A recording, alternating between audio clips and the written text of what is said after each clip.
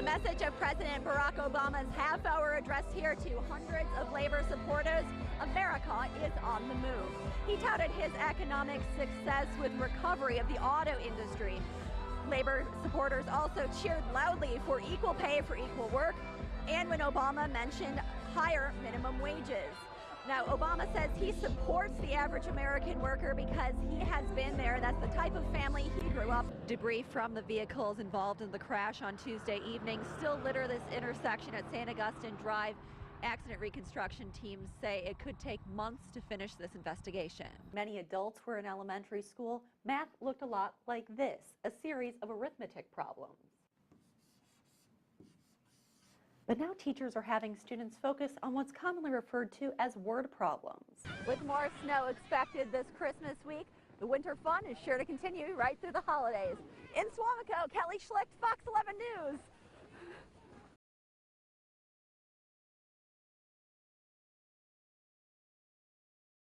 Just shut out my windshield. He's shooting at other people on the road.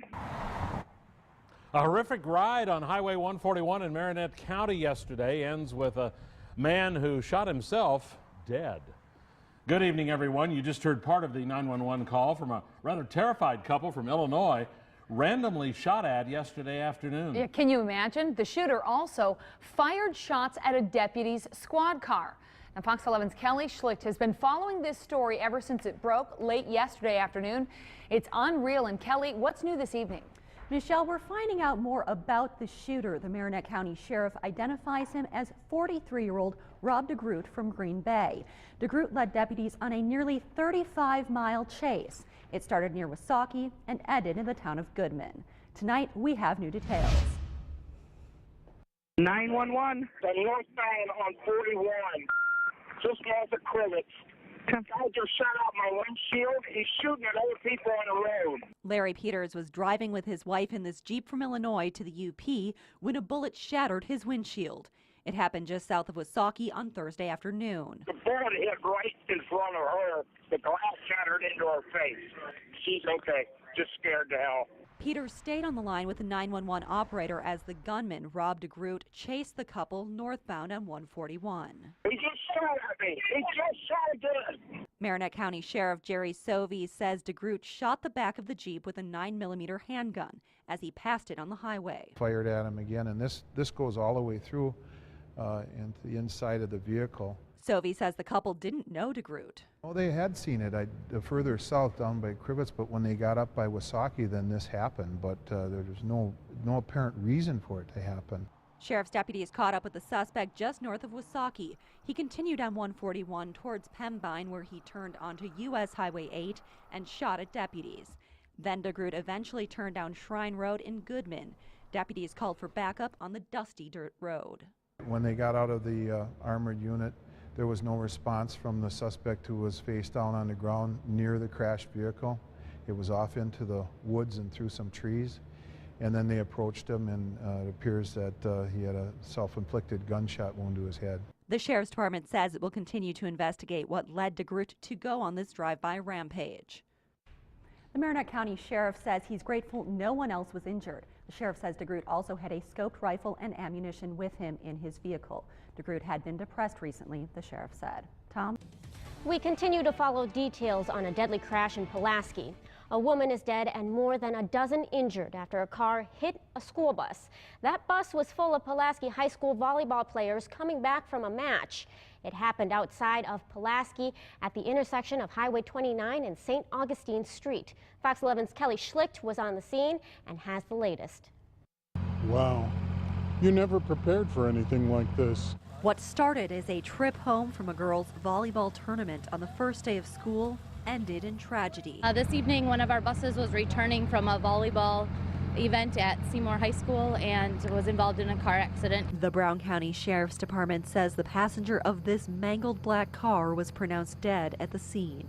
The driver critically injured and taken to the hospital. Most members of the Red Raiders varsity and JV team were able to walk off the yellow school bus and into their parents' waiting arms. But 13 of their teammates were injured.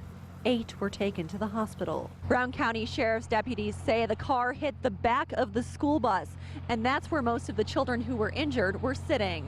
It didn't appear to be life-threatening at all. They were definitely shooken up, and a lot of the kids were very upset.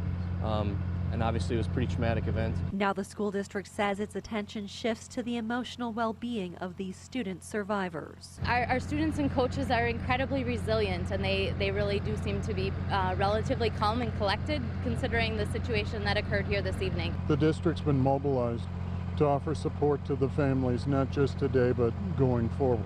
Counselors will be on hand Wednesday at Pulaski High School as this close-knit community continues to lean on each other for support. In Pulaski, Kelly Schlicht, Fox 11 News.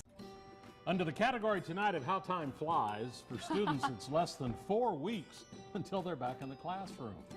And as many families scramble to buy all those back-to-school items, some struggle to afford them. And that's where a back-to-school store tried to help today. Fox 11's Kelly Schlicht joined one student in his shopping journey. It's time to go back to school, which means it's time for backpacks and freshly sharpened pencils. But for some, Zane and I go to Valley View. Brand new items can be hard to afford. It can get difficult. The Service League of Green Bay helped 1,500 elementary students like Zane with clothes and supplies with its back-to-school store. Having this definitely helps ease the budget and put things to other places that we can use put the money towards. You get some jeans, that's exciting. I shopped along with Zane at East High School as he picked out a new outfit. Can I try these? He also picked out a bright red backpack full of school supplies.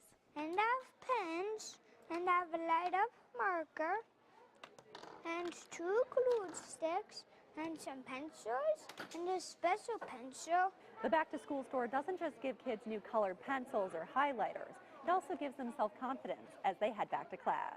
Kids in general feel better when they come on the first day of school and they have everything that they need. It builds their confidence, they feel better about it. Zane was walking a little taller in his new Nikes. Can I wear these shoes? And I got new clothes, and I'm wearing my new shoes and socks. He was so excited to show us his new pair of shoes that he just picked out. And his mom couldn't help but smile, knowing her son is set for a great year ahead. Because I'm excited to go to school. In Green Bay, Kelly Schlicht, Fox 11 News.